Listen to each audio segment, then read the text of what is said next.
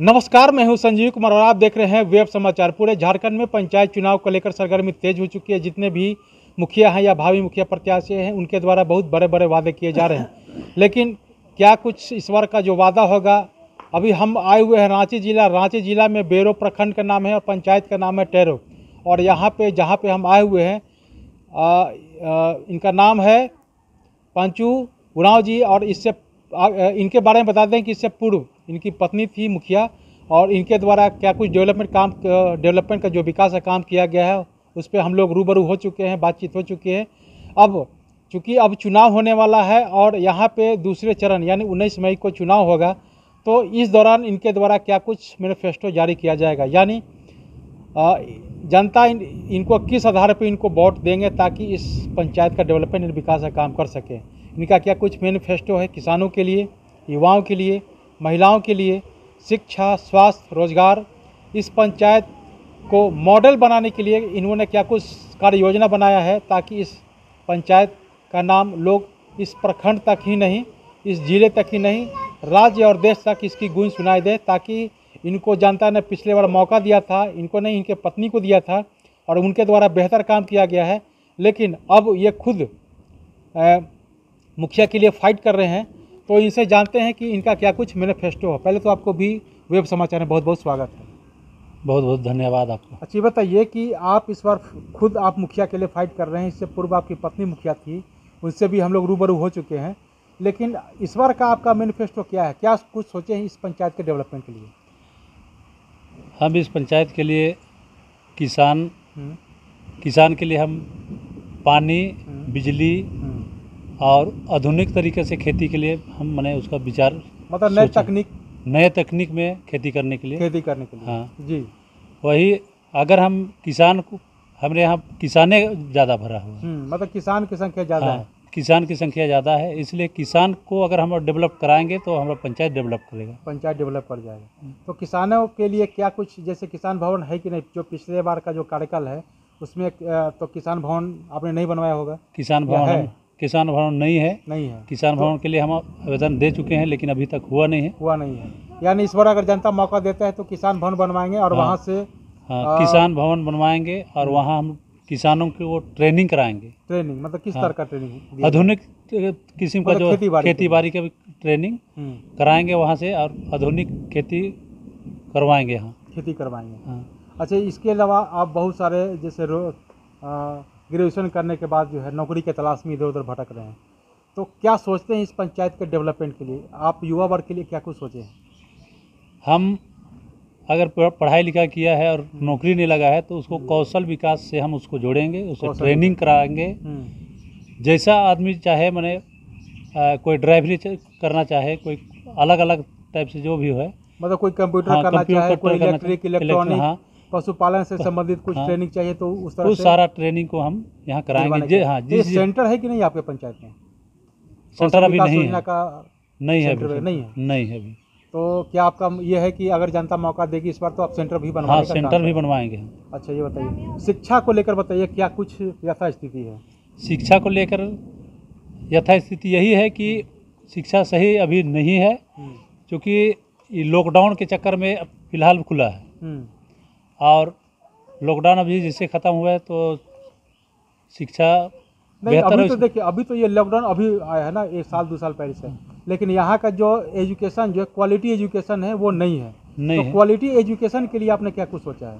Quality education के लिए यहाँ जो है शिक्षक कम ही है और शिक्षक के कमी के कारण ये चीज़ कमी हो रहा है। हमारे यहाँ +2 भी है हमारा पंचायत में।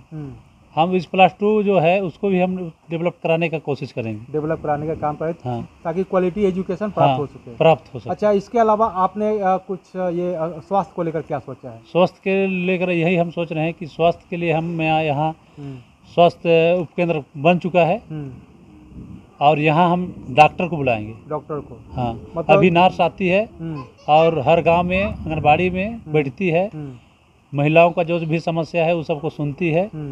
लेकिन हम यहाँ डॉक्टर लाने का प्रयास करेंगे। जो क्वालिटी जो हेल्थ जो ट्रीटमेंट चाहिए वो नहीं अभी है, नहीं मिल पाता। नहीं मिल तो इसके लिए आपने योजना बना रखा है? तो ये बताइए कि आप क्वालिटी एजुकेशन के लिए क्या कुछ कार्य कर रहे हैं, क्योंकि बच्चे तो स्कूल में जाते हैं, खाते पीते हैं और मास्टर साहब अटेंडेंस बनाते हैं और वो मस्त हो जाते हैं, बच्चे भी खेलने कूदने में लग जाते हैं। तो क्वालिटी एजुकेशन कैसे होगा, इसके लिए आप कैसे पहल करेंगे? स्कूल में मास्टर की भी कमी है। हम चाहेंगे हम सरकार से कि मास्टर का यहाँ बहाली हो, तो यहाँ हम उसको लाएंगे मास्टर, जितना मास्टर का ज़रूरी है उतना मास्टर हमको चाहिए, वो हम यहाँ करेंगे। और हम यही बोलना हम चाहेंगे। लोग गए थे, एक गुमला क्षेत्र है, यहाँ पे एक मुखिया के पहल पे किया गया था कि एक सरकारी स्कूल था, सरकारी स्कूल में है कि पेंटिंग के द्वारा जो है वहाँ पे दिखाया गया था कि वर्णमाला जो होता है ना, जैसे ABCD क ख ग 1 2 वगैरह होता है, उसको क्लास में लगाया गया था और कुछ जीके के भी कुछ ये लगाया गया था।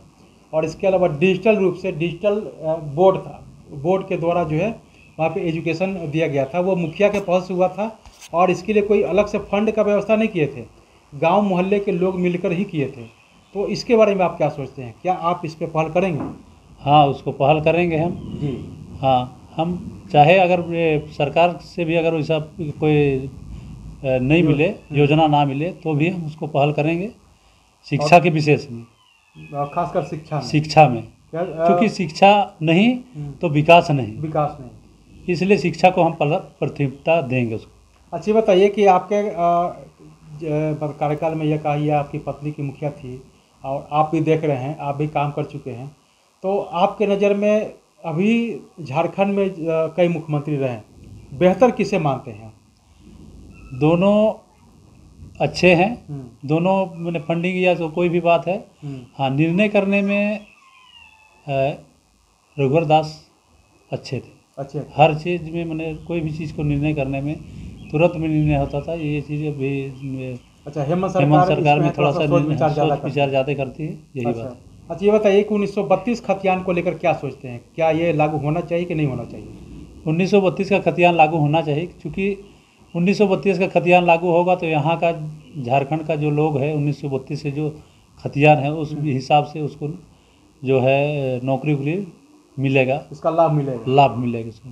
और जो भी C ग्रेड है या D ग्रेड है उसे उस नौकरी बस वही C ग्रेड D ग्रेड के लिए ही 1932 का जरूरी है। बाकी तो सब कंपटीशन है। हाँ, वो तो मैंने अगर बड़ा मैंने अफसर है, IPS है, तो उसके लिए तो इसका कोई जरूरी नहीं, कंपटीशन करना पड़ेगा। UPSC JPSC वगैरह जो होता है उसके थ्रू आपको कंपटीशन करना होगा, तभी आप आगे बढ़ पाएंगे। लेकिन ये बताइए कि इस पंचायत को मॉडल और डिजिटल और ऐतिहासिक बनाने के लिए क्या कुछ सोचा है?